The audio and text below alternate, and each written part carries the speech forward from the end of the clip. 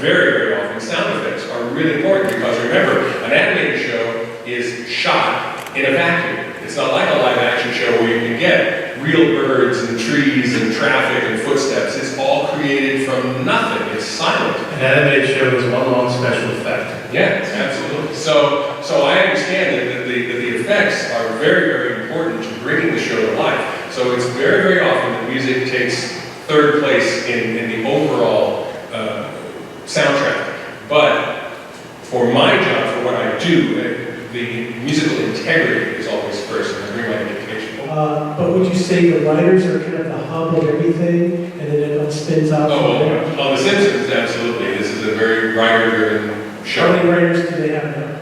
At least a dozen. Well, up to 20 at a time. 20 because consulting.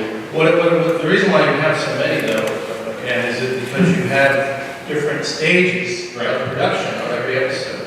There's about 5 drafts, drafts. I always tell people The Simpsons is in some form of pre, mid, or post-production, like 19 months out of the year. Yeah. One season takes 19 months, basically.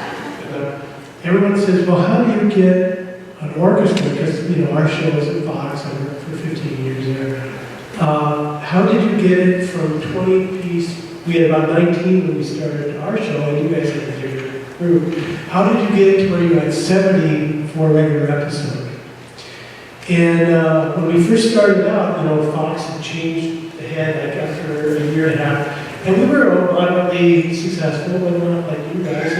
And they canceled us.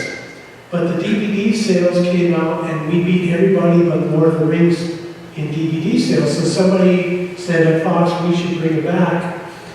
Not because we make money off the commercials, but because we're selling so many DVDs. So Seth goes, yeah, great.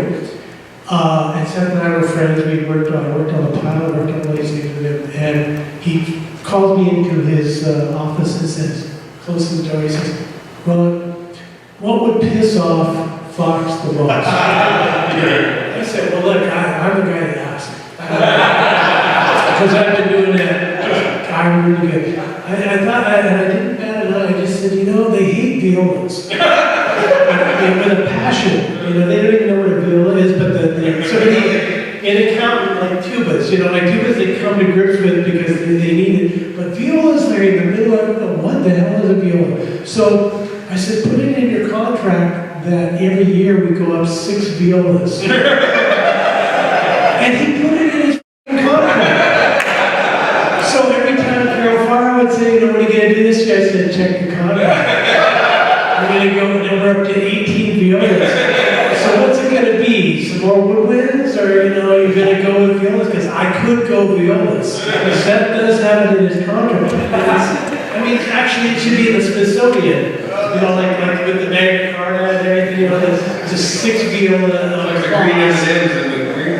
And I could just see his people going into a meeting with the Fox guys, Yeah, so there's a deal breaker here. We have the viola contract. I'm sorry, that's unchangeable. We're adamant, this is an American network. We don't do viola. So, anyways, they learned what violas were, and then we got it up to this huge number. And then after a while, they said, do you want more? I said, no, we don't.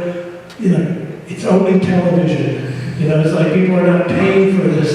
What am I going to do? 90? I think for a few episodes we have 96, 97. Unfortunately, it doesn't translate to the Philco. Yeah, it doesn't. With the little 1-inch AM radio station. Because when I started at Hanna-Barbera, I was doing the Flintstones and shows like that. I would actually think 12 tone in terms of that if Wilma was speaking, her speaking voice, natural speaking voice, was an F.